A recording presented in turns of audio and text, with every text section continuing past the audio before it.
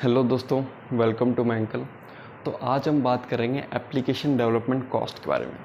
काफ़ी सारे लोगों का सवाल होता है कि मुझे ये एप्लीकेशन बनाना है, मतलब ये एप्लीकेशन बनाना है, इसका डेवलपमेंट कॉस्ट कितना आएगा, मार्केटिंग कॉस्ट कितना आएगा। कोई भी डेवलपर आपको एग्जैक्ट कभी भी एक एप्लीकेशन का डेवलपमेंट कॉस्ट नहीं बता सकता। ये चीज़ ना डिपेंड करती है कि आप क्या चीज़ें यूज़ कर रहे हो, क्या फैक्टर, इसके कई सारे फैक्टर्स होते हैं। इस पर मैंने एक डिटेल में ब्लॉग बना रखा है, आर्टिकल लिख रखा है अपने ब्लॉग पे, ठीक है ना। अगर आप चाहो तो उसका मैं लिंक दे देता हूँ डिस्क्रिप्शन, आप पढ़ भी सकते हो। फिलहाल आप इस वीडियो में भी जानोगे काफ़ी कुछ कि एक मोबाइल एप्लीकेशन का डेवलपमेंट कॉस्ट कैसे निकालें, एस्टिमेटेड, ठीक है ना। एग्जैक्ट तो मैं नहीं बोलूँगा, बट एस्टिमेटेड डेवलपमेंट कॉस्ट कैसे निकालें, इस वीडियो में आज हम बात करने वाले हैं, ठीक है। तो देखो, सबसे पहले मैं आपको सबसे स्टार्टिंग से शुरू करता हूँ, ठीक है ना। सबसे पहले मैं आपको बताना चाहूँगा कि एक एप्लीकेशन को डेवलप करने के लिए क्या क्या प्रोसेस से गुजरना पड़ता है, ठीक है ना। जब तक आप इस चीज़ को नहीं समझोगे ना, आप ये नई चीज़ नहीं समझ पाओगे कि डेवलपमेंट कॉस्ट कितना आएगा, ठीक है ना। आप बेसिक नहीं समझोगे तो आप आगे की चीज़ नहीं समझ पाओगे, ठीक है। तो मैं पहले बताना चाहता हूँ कि देखो, कोई भी एप्लीकेशन बनाने में ना बेसिकली 4-5 जो है डेवलपमेंट प्रोसेस होते हैं, ठीक है। मैं बहुत बड़े कंपनी की बात नहीं कर रहा, मैं एक ऐसे बहुत बड़े कंपनी क्या प्रोसेस यूज़ करते हैं मैं इसकी बात नहीं कर रहा। मैं एक जेन्युइन एक प्रोसेस जो हर कंपनी, एक legitimate app development company use करती ही है, ठीक है ना, वो उनका क्या प्रोसेस होता है, ठीक है ना। देखो, जब आप तो उनका क्या प्रोसेस होता है एप्लीकेशन डेवलपमेंट करने का, उसके बारे में आज बात करूँगा, ठीक है। तो देखो, सबसे पहला होता है, जो सबसे इंपॉर्टेंट होता है, वो रिक्वायरमेंट गैदरिंग का होता है। इसमें रिक्वायरमेंट गैदरिंग क्या होता है, इसमें जो होता है डेवलपर्स और क्लाइंट की जो है मीटिंग होती है, ठीक है। एक तरफ होता है डेवलपर की टीम और दूसरी तरफ होती है क्लाइंट की टीम।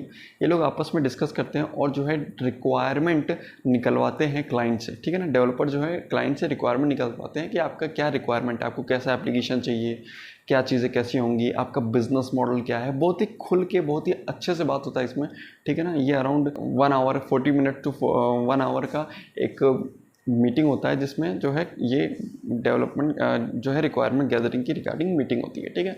इसमें सारी रिक्वायरमेंट जो है जो डेवलपर है वो लिख लेता है, जो फ्लो ये चीज़ें ना आपस में डेवलपर जो है डिस्कस करते हैं, ठीक है ना। अब आप सोचेंगे ऐप डेवलपमेंट की कॉस्ट में ये प्रोसेस का क्या रोल है। देखो, इसमें भी कॉस्ट होती है। जो डेवलपर आपके साथ मीटिंग कर रहा है ना, उसकी भी एक कॉस्ट है, ठीक है ना, क्योंकि वो अपना टाइम लगा रहा है इस मीटिंग में। तो वो अभी नहीं, बट आगे जो है जब आपको कोटेशन सेंड करेगा रिक्वायरमेंट लेने के बाद, कॉस्ट भेजेगा, तो वो ये जो कॉस्ट होगी ना वो उसमें एडेड रहेगी, ठीक है। और दूसरी चीज़ ये है, जब ये रिक्वायरमेंट गैदरिंग हो जाती है तो उसके बाद जो है डेवलपर आपस में मीटिंग करते हैं, आपको कोटेशन सेंड करता है। अगर आपको अच्छा लगता है तो उसके बाद जब आप ओके कर देते हो, तब उसके बाद जो है प्रोसेस शुरू होता है UI/UX डिज़ाइनिंग का, ठीक है ना। UI/UX डिज़ाइनिंग एक प्रोसेस होता है जिसमें हम जो है एप्लीकेशन कैसे दिखेगा, उसका लुक एंड फील कैसे आएगा, इसके बारे में डिसाइड करते हैं और उसका एक डिज़ाइन बनाते हैं, ठीक है ना। एक जो UI/UX डिज़ाइनर होता है, ग्राफिक डिज़ाइनर हम जिसको कहते हैं, वो इसका एक डिज़ाइन बनाता है। ये मोबाइल की डिज़ाइंस, डिफरेंट जो भी स्क्रीन होते हैं, उन सारे के जो है डिज़ाइन बनाता है, ठीक है ना। इससे क्या होता है, इससे फ्लो क्लियर हो जाता है, डिज़ाइन कैसा रहेगा ये क्लियर हो जाता है, सब कुछ क्लियर हो जाता है और सब कुछ जो है क्लाइंट को भी समझ में आता है कि हाँ, ये एप्लीकेशन उसका ऐसे दिखेगा, ठीक है ना। जब ये चीज़ें क्लाइंट कंफर्म कर देता है, उसके बाद जो है थर्ड प्रोसेस होता है जिसको हम कहते हैं ऐप डिज़ाइनिंग, ठीक है ना। ऐप डिज़ाइनिंग, ठीक है। इसमें क्या होता है, जो डिज़ाइन है ये जो है ऐप डेवलपर को दिया जाता है और वो उस डिज़ाइन को कोड में कन्वर्ट करता है, ठीक है ना। वो अब एक रियल एप्लीकेशन में कन्वर्ट होता है। अभी तक क्या था, वो इमेज था, एक फ़ोटो था, लेकिन अब उसको एक रियल इमेज में कन्वर्ट किया जाता है कोडिंग करके, ठीक है ना। अब इसके लिए क्या स्टैक यूज़ कर रहे हैं, कौन सा स्टैक यूज़ करता है, वो उस डेवलपर डिपेंड करता है, बट उसको क्या होता है कोड में कन्वर्ट करता है। उसके बाद जो है बैक एंड डेवलपर भी साइड बाय साइड, जब तक ये डिज़ाइनिंग का काम चल रहा होता है, जब वो डिज़ाइन को कोड में कन्वर्ट कर रहा होता है, पैरेलल में ही बैक एंड डेवलपर उस ऐप से रिलेटेड जितनी भी APIs होती हैं उनको बनाता है, ठीक है, ठीक है। और उसके बाद जो है सारी API को जो है ऐप डेवलपर इंटीग्रेट करता है एप्लीकेशन। इसी बीच अगर कोई थर्ड पार्टी इंटीग्रेशन होती है, ऐप में करनी होती है, तो वो भी किया जाता है, ठीक है, इसी टाइम पे। जो फोर्थ स्टेप है वो है टेस्टिंग का, ठीक है। इसमें जो है डेवलपर की टीम जो है टेस्टिंग करती है मोबाइल के डिफरेंट सिनेरियो में, ठीक है। जो बड़ी कंपनी होती है वो बाकायदा टेस्टर हायर करती है, जो छोटी कंपनी होती है उसमें डेवलपर ही जो है और जो टीम जो मैनेजर होता है, प्रोजेक्ट मैनेजर, वो टेस्टिंग वगैरह करके एप्लीकेशन को फाइनलाइज करता है और उसके बाद जो है क्लाइंट को सेंड करता है, मतलब डिप्लॉय करने के बाद उसको फिर फाइनल सर्वर पर डिप्लॉय किया जाता है। 5वां प्रोसेस और उसको फिर जो है क्लाइंट को सेंड किया जाता है। क्लाइंट फिर उसकी अलग से टेस्टिंग करता है, उसमें कुछ अगर उसको अलग से बग्स दिखते हैं तो वो उसको वापस से जो है डेवलपर्स को बताता है, ठीक है। और उसमें उसको कोई और फीचर मिसिंग होता है तो वो भी उसको बताता है, फिर उसको फिर से जो है डिज़ाइन किया जाता है, उसके बाद फिर से उसको डेवलप किया जाता है, फिर एपीआई इंटीग्रेशन, उसके बाद फिर से जो है डिप्लॉय करके उसको फाइनल फिर से एप्लीकेशन दिया जाता है। तो ये जो होता है ये पूरा प्रोसेस होता है। मैंने आपको बता दिया कि ये जो है 6 स्टेप में, 5 से 6 स्टेप में ये एप्लीकेशन डेवलपमेंट का प्रोसेस कंप्लीट होता है। इसमें अराउंड मिनिमम से मिनिमम 1 महीना लग जाता है, ठीक है ना, अगर इसको ठीक से किया है तो, ठीक है ना। प्रोसेस समझ गए आप। अब बात करते हैं हम इसके फैक्टर्स के बारे में। देखो मेनली बहुत सारे फैक्टर्स होते हैं जो एप्लीकेशन के डेवलपमेंट की कॉस्ट को डिसाइड करते हैं, ठीक है ना। बट इस वीडियो में, वीडियो ज़्यादा लंबा हो जाएगा, इस वीडियो में खाली बस 4 मेन इंपॉर्टेंट फैक्टर के बारे में बात करूँगा जो कि एक एप्लीकेशन के डेवलपमेंट के कॉस्ट को डिसाइड करते हैं, ठीक है ना। तो मेनली जो 4 फैक्टर्स हैं वो जो 4 फैक्टर्स क्या हैं। सबसे पहला फैक्टर है टाइमिंग, ठीक है ना। एक एप्लीकेशन को बनाने में कितना टाइम लग रहा है, ठीक है। ये बहुत इंपॉर्टेंट चीज़ है क्योंकि देखो जितना टाइम लगेगा ये टाइम पे ही खेल है, ठीक है ना। जितना ज़्यादा टाइम लगेगा उतना ज़्यादा एप्लीकेशन के डेवलपमेंट का कॉस्ट बढ़ता जाएगा, ठीक। दूसरा पॉइंट है नंबर ऑफ स्क्रीन्स, कि कितने स्क्रीन्स उस एप्लीकेशन में बन रहे हैं, ठीक है ना। अब देखो एक स्क्रीन को बनाने में ना, एक स्क्रीन का जो एस्टिमेट कॉस्ट आता है वो अराउंड 2 से 5 हज़ार रुपये के आसपास आता है, ठीक है ना, डिपेंडिंग अपॉन द स्टैक या फिर एक्सपीरियंस ऑफ डेवलपर। आप डिसाइड देख लो आपके एप्लीकेशन में कितनी स्क्रीन है, इनटू मल्टीप्लाई कर दो जो कॉस्ट आया, 5 से 10 2 से 5 हज़ार जो भी है, ठीक है ना, उसको मल्टीप्लाई कर दो, उससे आपको कॉस्ट निकल के आ जाएगी। खाली बस उस डिज़ाइन के कोड को, जो एक प्रोसेस था ना जहाँ पे हम यूआई थी एप्लीकेशन की, उसको कोड में कन्वर्ट कर रहे थे, उस कोड को कन्वर्ट करने का जो एक कॉस्ट आएगा, ठीक है। Sorry, second factor number of screen. जो थर्ड फैक्टर है वो है स्टैक, टेक्नोलॉजी। कौन सी टेक्नोलॉजी हम यूज़ कर रहे हैं उस एप्लीकेशन को बनाने में। क्या आप आयोनिक, फोन गैप जैसे ओल्ड टेक्नोलॉजी यूज़ कर रहे हो, या फिर रिएक्ट नेटिव, फ्लटर, कोटलिन जैसे न्यू लेटेस्ट टेक्नोलॉजी यूज़ कर रहे हो उस एप्लीकेशन को बनाने में, ठीक है ना।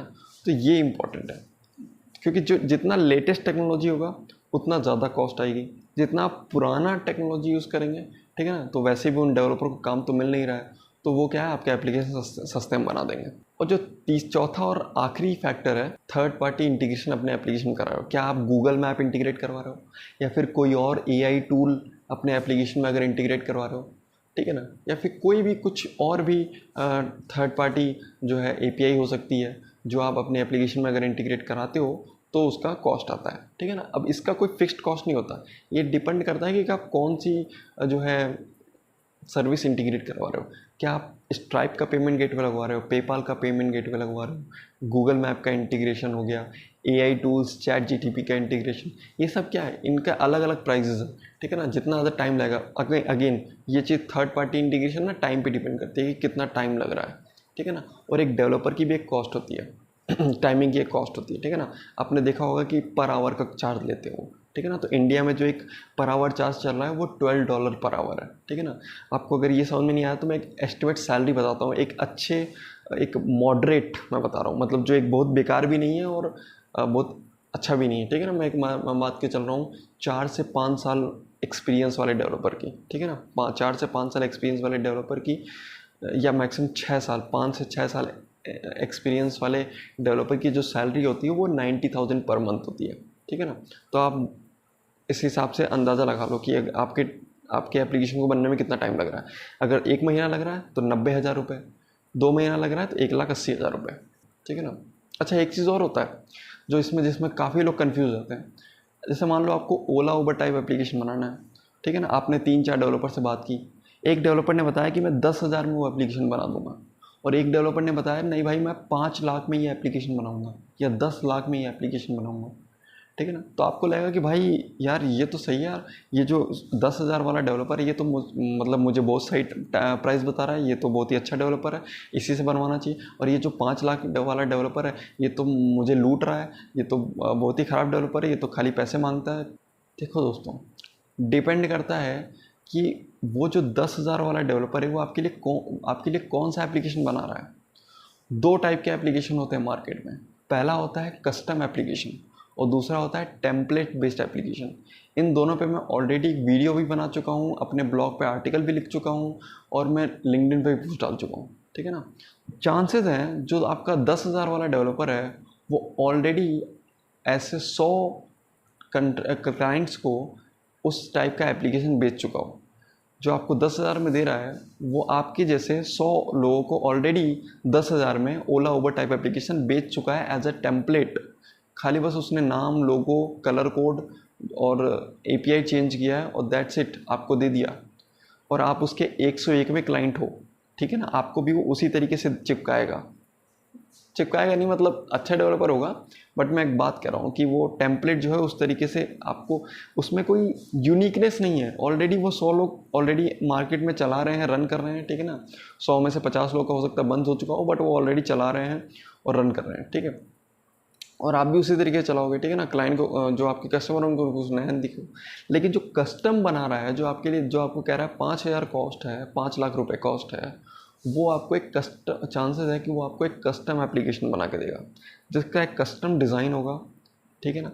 जो मैंने आपको जो 5 स्टेप के प्रोसेस बताया ना, वो सारे स्टेप फॉलो करके आखिरी में आपको एक एप्लीकेशन बना के देगा जो एक ब्रांडेड एप्लीकेशन होगा, जो आपके लिए होगा, ठीक है ना। देखो जो टेम्पलेट बेस्ड एप्लीकेशन होते हैं ना, उसमें 10 फीचर होते हैं मान लो, ठीक है ना। अब आपको चाहिए मान लो 6 फीचर, तो वो उसमें से 6 फीचर आपको जो है बना के और आपको दे देगा, ठीक है, लगा के 6 फीचर लगा के दे देगा। लेकिन जो बाकी के 4 फीचर है ना, वो उसमें हैं, भले ही दिख नहीं रहे, उसने कोड कमेंट आउट कर रखा है, बट वो हैं उसमें। तो इससे क्या होता है ना, जो एप्लीकेशन होता है ना कहीं थोड़ा सा लेंदी हो जाता है, थोड़ा सा भारी हो जाता है, ठीक है ना, स्मूथनेस ख़त्म हो जाती है उसकी। वहीं अगर आप कस्टम बनाओगे तो अगर आपको 10 फीचर चाहिए तो वो 10 फीचर ही रहेंगे उसमें। आप उसमें डिसाइड करोगे कि कौन सा टेक्नोलॉजी यूज़ करना है, आप डिसाइड करोगे कैसा फ्लो होना चाहिए, लेआउट कैसे होना चाहिए, एप्लीकेशन स्टार्टिंग टू एंड कैसे काम करेगा, ये आपके हिसाब से डिसाइड होगा, ठीक है। तो इस तरीके से जो है एक एप्लीकेशन कस्टमाइज बनता है जिसमें डेवलपर को अपनी एक्स्ट्रा टाइम देना होता है। इसमें क्या हो, सेटअप करने में कितने लगे, 1 दिन लगे या 2 दिन लगे होंगे या 4 दिन लगे होंगे, बस इतने ही लगेंगे। इसमें कस्टम बनाने में हो सकता है 3 से 4 महीने लग सकते हैं।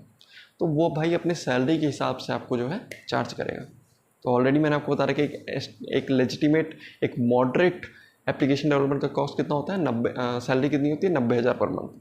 तो वो अपनी सैलरी भी तो निकालेगा ना उसमें। तो इस तरीके से जो है एक डेवलपर का जो है एक कॉस्ट डिसाइड होता है, ठीक है। अब जैसे मान लो कि आपको कस्टमर बनाना है, ठीक है, तो मान लो आपका एक ओला उबर टाइप एप्लीकेशन है, उसमें 20 स्क्रीन है, ठीक है ना। तो 20 स्क्रीन को डिज़ाइन करने का कॉस्ट कितना आएगा, अगर हम लेके चलेंगे आप तो 5,000, अगर हम 5,000 इंटू 20 स्क्रीन करें तो कितना आएगा कॉस्ट, अराउंड 1 लाख के आसपास आएगा, ठीक। 1 लाख में आपकी स्क्रीन डिज़ाइन हो गई, ठीक है ना। अब इसमें अब आपको बैकएंड डेवलपर चाहिए जो आपको बनाए, बैकएंड API बनाए, ठीक है। थर्ड पार्टी इंटीग्रेशन भी चाहिए, इसमें गूगल में आपका API इंटीग्रेट करना है, ठीक है ना। अब इसमें मान लो मोटा मोटी हमें 1 से 1.5 महीना और लग रहा है। तो अगर हम सैलरी लेके चलें 90,000 रुपये पर मंथ, तो 90 1 महीने का और 45 आधे महीने का, ठीक है। 90 + 45 कितना हो गया, 1,35,000 रुपये।